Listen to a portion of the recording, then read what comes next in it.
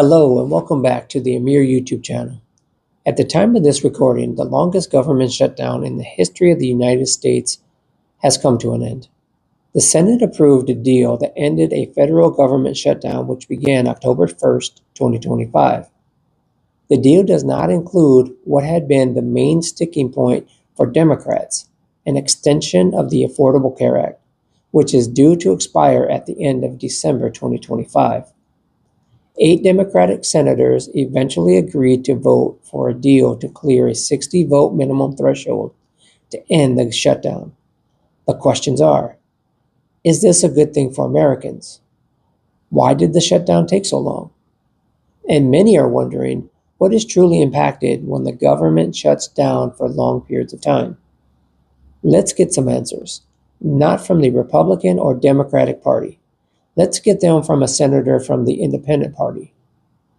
These questions are answered by Senator Bernie Sanders from Vermont before and after the shutdown. Here is Senator Sanders discussing the shutdown while it was in progress. Very much for joining me. I think there's a lot of confusion out there regarding the government shutdown. How did it happen? Why is it continuing? How do we resolve it? I think these are the questions that are on people's minds. So let me just say a few words about that. Without boring you about Senate rules, the shutdown took place 5 weeks ago because the majority party, in this case the Republicans, need 60 votes in order to pass a government budget. They only have 53 votes. The Democratic caucus has 47. And what has always happened under these circumstances is that the majority party sits down and negotiates with the minority in order to get the 60 votes. That always happens, except now. For the first time that anyone can remember, Republicans have said it is our way or the highway. We are not negotiating it.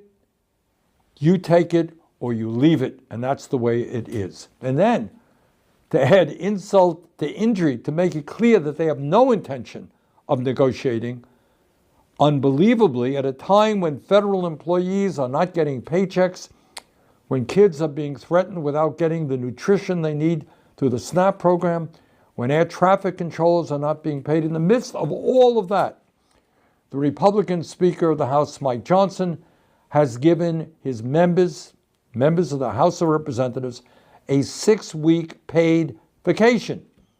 Incredibly, they are not here in Washington, D.C. They are home. God knows doing what. So in the midst of a government crisis, but the Republicans of the House have said, you don't have to come to work. I mean, that's really quite unbelievable. So what are the issues that need to be negotiated? When we talk about negotiations, what are we talking about? And let me tell you what they are. If Democrats, and myself as an independent, were to agree to the Republican clean resolution, it would mean that over 20 million Americans would see a doubling in their health care premiums through the Affordable Care Act. 20 million. That's on average. In my state of Vermont, I'm hearing from people who are looking at a tripling or a quadrupling of their health insurance premiums. People cannot afford that. And as a result, people will lose their health care. Further, if we were to agree with the Republican proposal to pass their clean resolution, it would mean that 15 million Americans will next year be thrown off the health care they currently have, because in Trump's big, beautiful bill, the Republicans made massive cuts to Medicaid. And there are studies out there, and this point is not being made enough. There are studies out there that show that some 50,000 of our fellow Americans, lower income and working class people, will die unnecessarily every year because of that reality. 15 million people being thrown off their health care. It would also mean, if I voted yes to open the government tomorrow, that nursing homes, rural hospitals, community health centers will be devastated because of cuts in government funding. They will have to, in some cases, close down, and in other cases, just limit the number of people they can provide health care to. And by the way, I should mention, as many of you know, that all of those massive cuts to Medicaid and the Affordable Care Act were done for one reason, and that is to give $1 trillion in tax breaks to the top 1%. Well, you may disagree with me, but I happen not to believe that Elon Musk, worth $500 billion, or Jeff Bezos, or Mark Zuckerberg, or Larry Ellison, or the other multi-billionaires need a tax break in which results in millions of people losing their health care. Just think about it. Tax breaks for Elon Musk and people losing the health care they need to stay alive. Doesn't make a lot of sense to me. Now let's look at Senator Sanders' comments after 8 Democratic senators capitulated and voted to end the government shutdown. Senator from Vermont. I understand that the way the process has been developed, it is impossible to delay the votes that are going to take place. And if that were not the case, that is certainly what I would do, because I think it is important that the American people fully understand what is being voted on today. Everybody in America knows that our current healthcare system is broken, it is dysfunctional, it is cruel, it is by far the most expensive healthcare system in the world, and the only healthcare system of any major country that does not guarantee healthcare to all people as a human right, covering every man, woman, and child. We are unique in that respect. And yet tonight, what this Senate is about to do is make a horrific situation even worse. So let's be clear what this vote is about. If this vote succeeds, over 20 million Americans are going to see at least a doubling in their premiums in the Affordable Care Act. In my state of Vermont and throughout this country, for certain groups of people, it will be a tripling and a quadrupling of their premiums. There are people who will now be paying 50% of their limited incomes for health care. Does anybody in the world think that makes sense? And if this resolution is passed tonight, we are on a pathway to throw 15 million Americans off of Medicaid and the Affordable Care Act. 15 million. Our job is to create universal health care, guarantee health care to every man, woman, and child, not throw 15 million people off the health care they have, low-income and working-class people. And my friends, know what you are voting on. Studies are out there that when you throw 15 million people off of health care, some 50,000 of our fellow Americans will die unnecessarily every single year. Anyone think that's funny? Something to laugh at? Something to just go past? I don't. 50,000 Americans die unnecessarily. Now, I know as part of this resolution that the majority leader is going to say, well, Democrats can put together their own bill, and it'll come to the floor here in the Senate for a vote. As everybody here knows, that is a totally meaningless gesture. You can get 100 votes here in the Senate.